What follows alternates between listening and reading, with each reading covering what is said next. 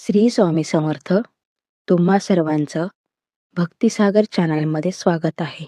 आज आपण उंबरठा पूजन का करावे याची माहिती आज या व्हिडिओमधून घेणार आहोत. बाहेर आणि आत या दोन भागांना जोडणारा दुवा म्हणजेच उंबरठा. उंबरठा आपल्या सुसंस्कृतीची मर्यादा दाखवतो.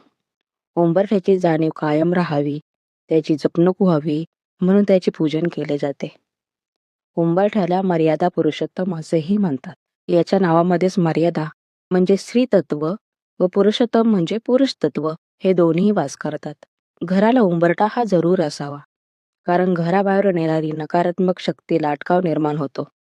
उंबरठ्यामुळे घराच्या मुख्य दरवाजाची चौकट पूर्ण होते. जर घराला उंबरठाच नाही लावला तर दरवाजाची त्रिकट तयार होते आणि असा दरवाजा वास्तुशास्त्राप्रमाणे अशुभ समजला जातो. उंबरठा हा नेहमी लाकडाचाच असावा, पण जरी लाकडी उंबरठा बसवणे शक्य नसेल तर सफेद संगमरवरी म्हणजेच मार्बलचा बसवावा. ग्रॅनाइटचा उंबरठा बसवू नये आणि शक्य झाल्यास लाकडामध्ये शिसम या लाकडाचा बसवावा, कारण शिसम या लाकडामध्ये साक्षात लक्ष्मीचा वास असतो. त्यामुळे तो उंबरठा आपल्या घरासाठी शुभ ठरतो. लग्न झाल्यावर वधू आपल्या घरी येते, त्यावेळी ती गृहलक्ष्मी म्हणून येते. त्यामुळे धान्याचे भरलेले भांडे घरात धान्य पडेल अशा रीतीने उलटवून तिने त्या घराचा उंबरठा ओलांडून आत यायचे असते. आता उंबरठ्याची पूजा कशी करावी तर सकाळी उठून उंबरठा स्वच्छ पुसून घ्यावा, त्यावर हळदीचा लेप लावावा. दररोज उंबरठ्याच्या दोन्ही बाजूने झेंडूची फुले ठेवावीत. तसेच उंबरठ्याच्या बाहेरील बाजूस रांगोळी काढावी.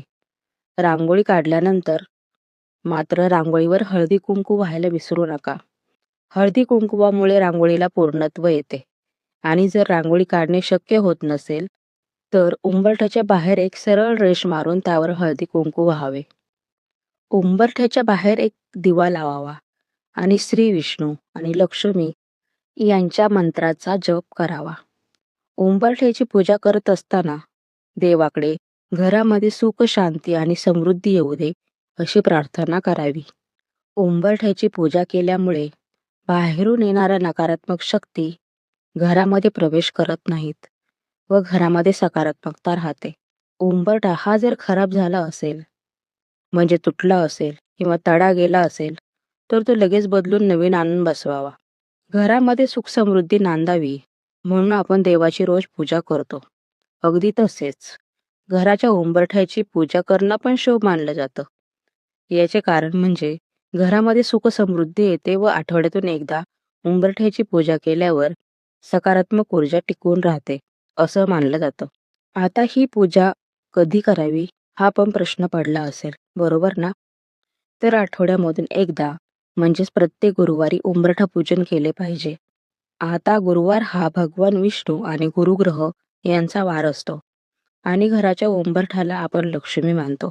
म्हणजेच गुरुवार हा भगवान विष्णू आणि लक्ष्मी माता यांचा वार असल्याने त्या दिवशी जर उंबरठ्याची पूजा केली तर घरामध्ये लक्ष्मी देवीची कृपा राहते. तसेच घरामध्ये सकारात्मकता येऊन नकारात्मक ऊर्जेला अटकाव बसतो.